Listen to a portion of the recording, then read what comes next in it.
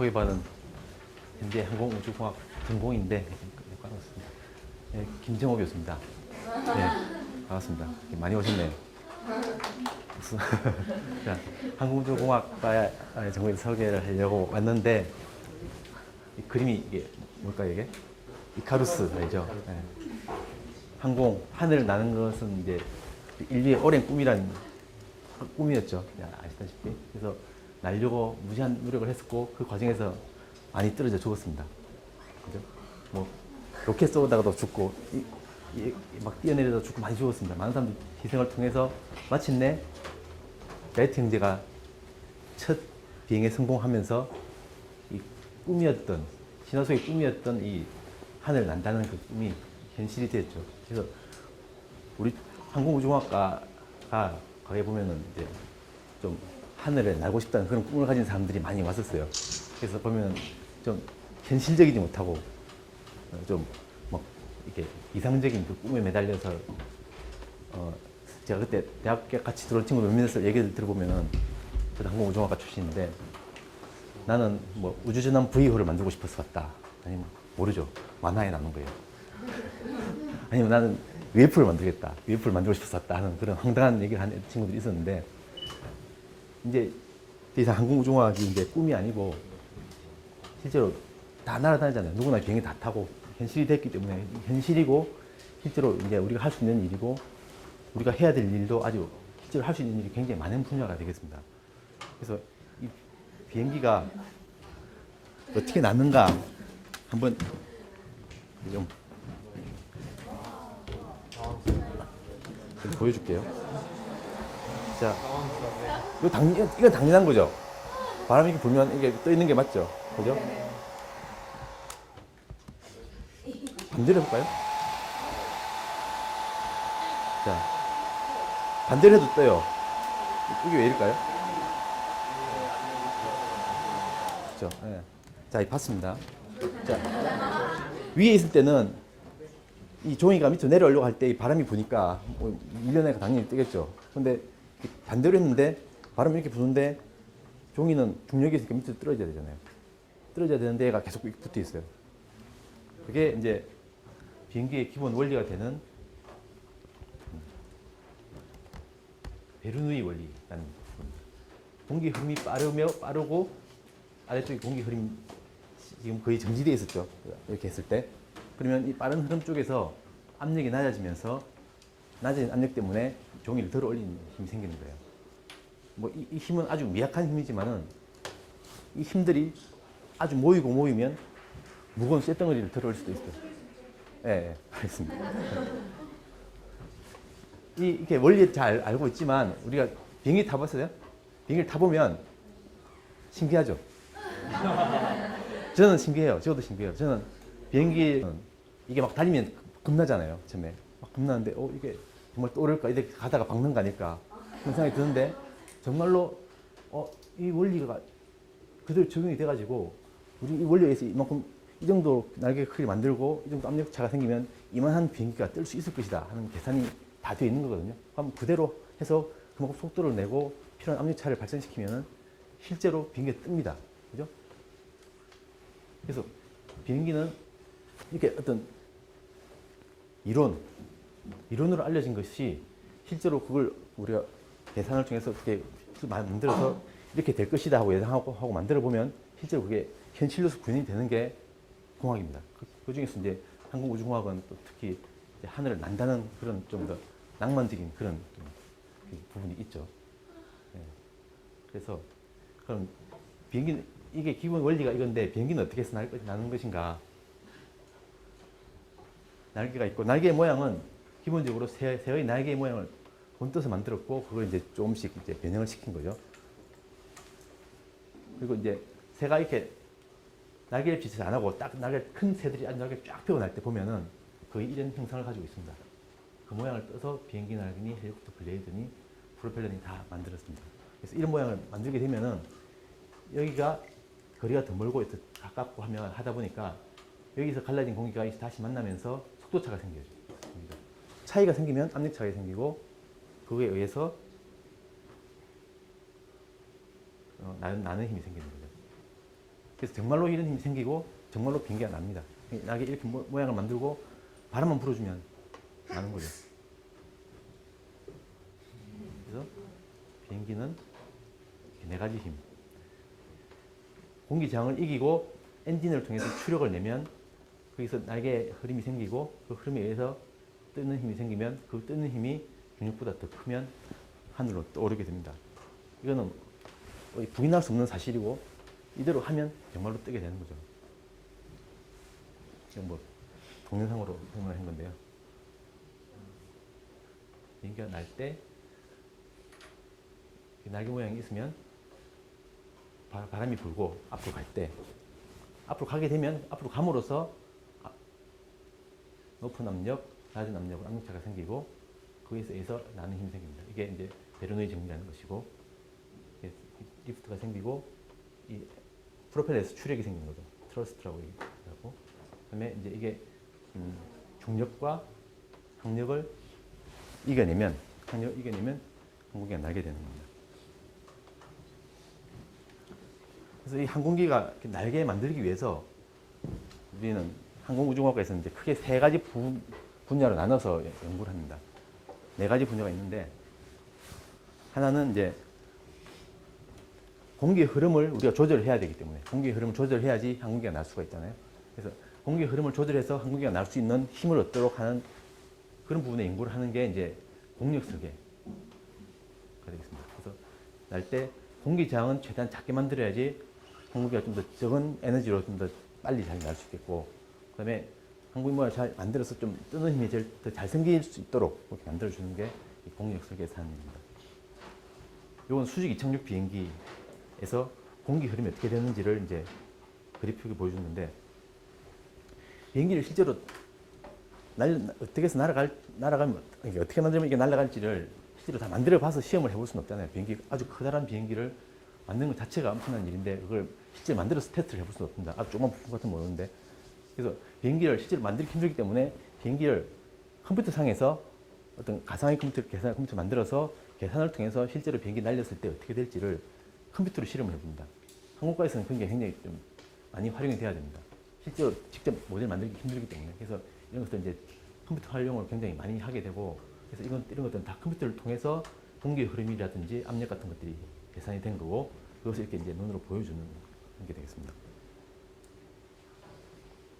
그 다음에 이제 그러니까 항공기가 날기 위한 그 공기의 흐름을 조절하기 위한 어떤 외피 바깥 형태가 만들어지면은 그 형태를 실제로 구조물로서 만들기 위해서 어떻게 효과적으로 만들지. 그러니까 항공기는 그냥 땅에 있는 구조물은 무조건 튼튼하게 만들면 그만이지만 항공기는 튼튼하게만 만들어서는 안 되고, 이게 굉장히 중요합니다. 이게 서로 상반되는 개념이죠. 가벼우면서도 튼튼하게 해야 되기 때문에 이 구조 설계라는 개념에서는 가장 첨단의 기술이 적용이 되어야만 하고, 그러기 위해서 역시 아주 뭐 실험도 많이 하지만 그 이전에 역시 여기서도 컴퓨터를 이용한 가상 실험이라고 얘기하죠. 컴퓨터를 이용한 계산을 통한 그 시험을 대체하는 그런 연구가 많이 진행이 되고 있습니다. 실제로 활용이 되고 있고요. 그 다음으로 이제 이거 동영상이 깨졌나 보네. 그 다음에 이제 추력을 내는 거. 항공기 앞으로 나가야 되니까, 나가야지 양력도 생기고 뭐 뜰 수도 있고 하는 거기 때문에, 그래서 그 엔진에 대해서 연구를 하는데, 항공기 쪽에서는 특히 일단 기본적으로 자동차에서 쓰는 왕복형 엔진을 써서 프로펠러를 돌리기도 하지만, 고속 비행기들은 제트 엔진을 주로 많이 쓰게 되고, 이 제트 엔진의 그 연소 현상들을 충분히 이해를 해야 되고, 그 다음에 또 중요한 게 로켓 쪽에서 로켓 엔진에 대한 연구도 굉장히 중요한 분야가 됩니다. 그래서 로켓 엔진이라든지 제트 엔진 같은 것들을 연구하는 부분이 이제 추진 설계 쪽이 되겠습니다. 그리고 이제 네 개 중에 마지막 네 번째가 항공기를 제어하는 것인데, 항공기는 자전거처럼 이렇게 핸들 튼다고 그냥 그대로 따라가는 게 아니고, 핸들 이렇게 조종사가 입력을 하면 그 입력이 이런 조종면 이 움직임으로써 공기의 흐름의 변화를 줘가지고, 그게 이제 결국은 항공기의 운동의 변화가 생기는데, 이 변화 관계를 그냥 우리가 조종한 대로 그대로 움직이는 게 아니라 어떤 동력학적인 상황 관계에 의해서 복잡하게 작용을 하다 보니까 이걸 자동적으로 조절하고 하는 그런 메커니즘이 필요합니다. 그래서 아주 복잡한 제어 알고리즘이 들어가야 되고, 특히 요즘은 좀 항공기도 이런 기본적인 형태 말고 이상한 특수한 형태의 항공기, 아까 봤듯이 수직 이착륙이 가능한 뭐 이런 항공기라든지, 아니면 아주 특수한 항공기,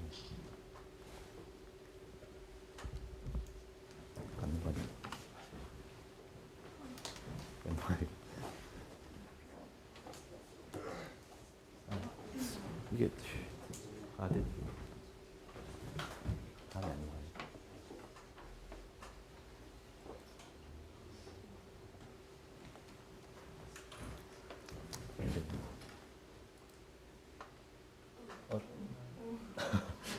왜 이럽니까?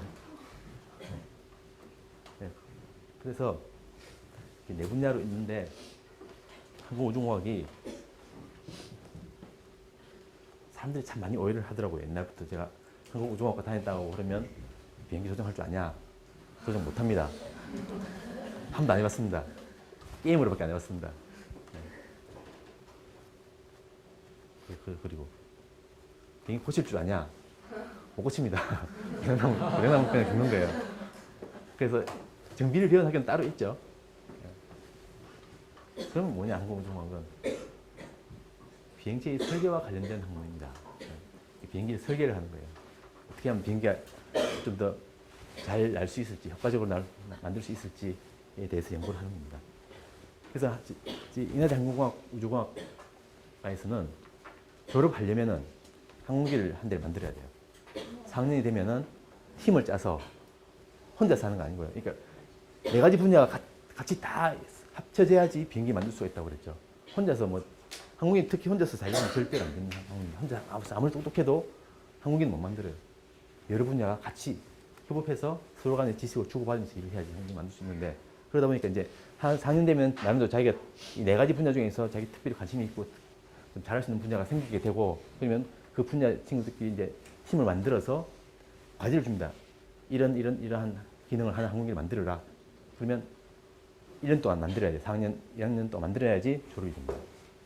올해 4학년들에게 주어진 과제는 태양열 전지판을 이용한 장기 채공 무인 비행기를 만드는 겁니다.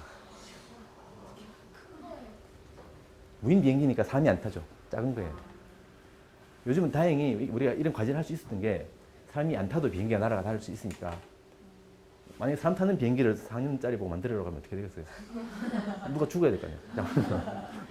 그렇게 못하니까 지금 이제 무인 비행기 기술이 워낙 발전이 됐기 때문에 무인 비행기들이 실제로 많이 활용되고 있고, 요즘 하도 무인 비행기 많이 하다 보니까 이 벌레만한 비행기도 만듭니다. 그런 연구도 많이 하는 분들이 있어요.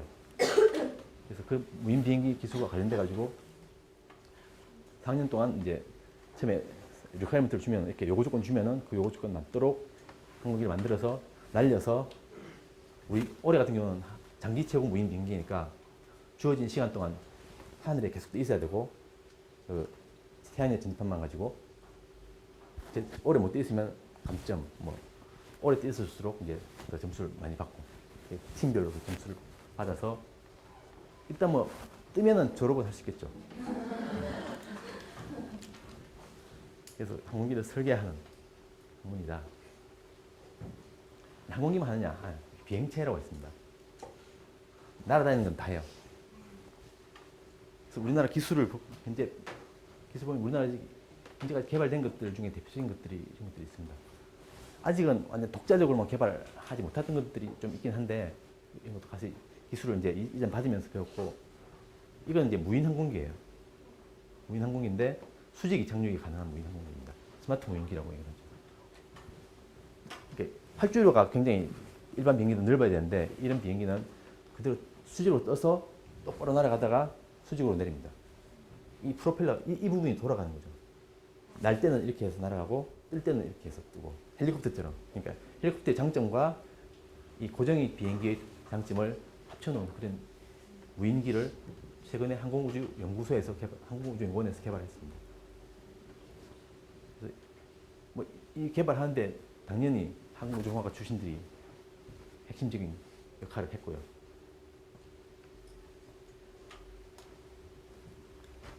그리고 뭐 이 방위산업 쪽으로도 많이 일을 하게 됩니다. 미사일이라든지 뭐 이런 좀 무시무시한 것들 좀 많이 하고요.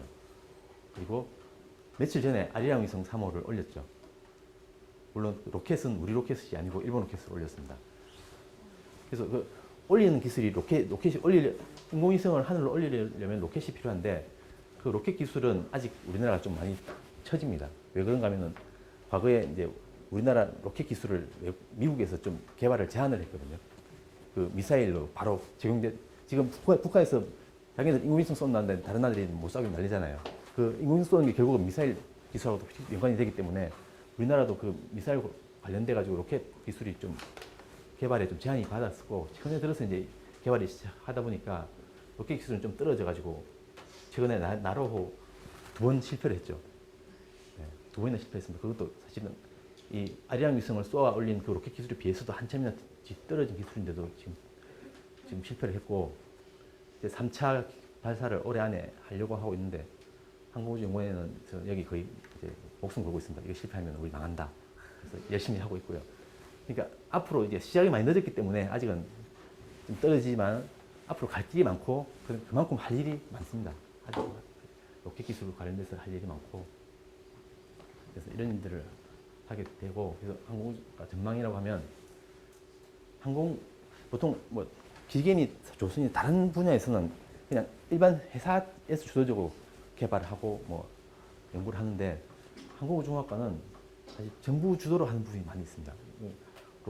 전투기라든지 로켓이라든지 인공위성 같은 거는 상당 부분 정부가 어느 정도 나서서 좀 끌어가 줘야지 연구가 가능한 부분이기 때문에 그래서 좀 뭐 그 정부의 그 개발 로드맵에 따라서 우리가 앞으로 해야 될 일이 어느 정도 좀 근거에 잡히고 그에 따라서 프로젝트들이 생기고 그다음에 일자리도 뭐 만들어지고 그러니까 연구소에서 일할 그런 것들도 생기고 하겠죠.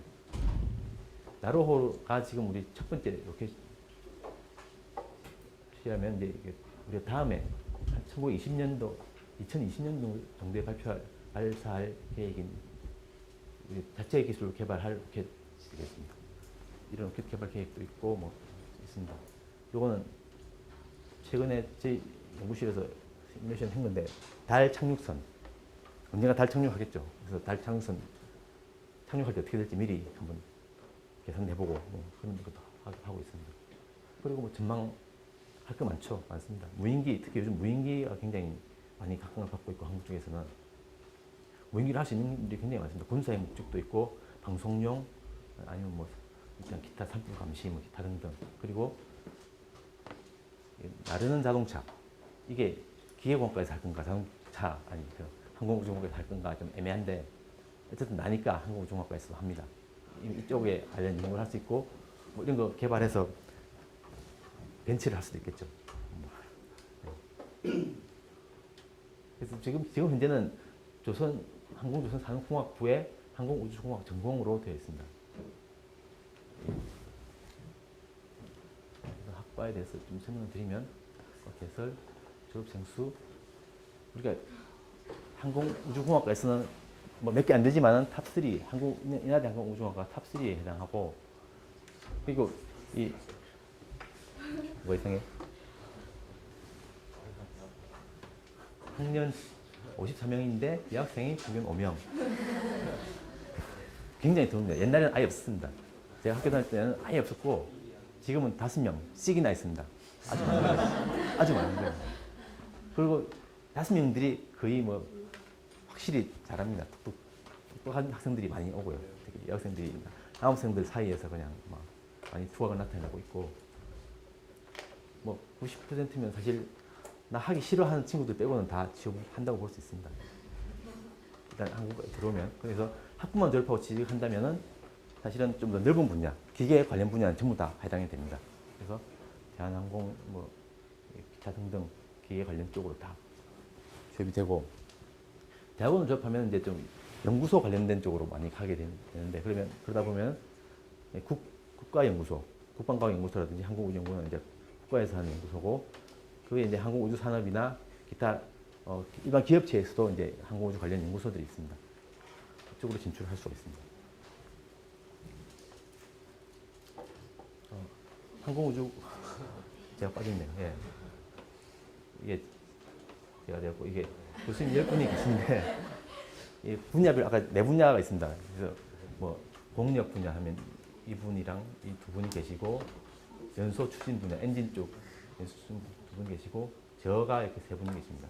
이렇게 세 분. 그다음에 구조 설계 세 분. 제가 구조 설계 쪽이 되겠습니다.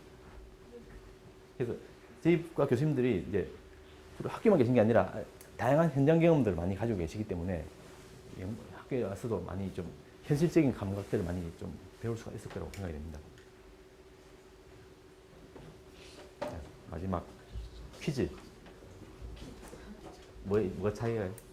에어크래프트와 에어플레인이 뭐가 다릅니까?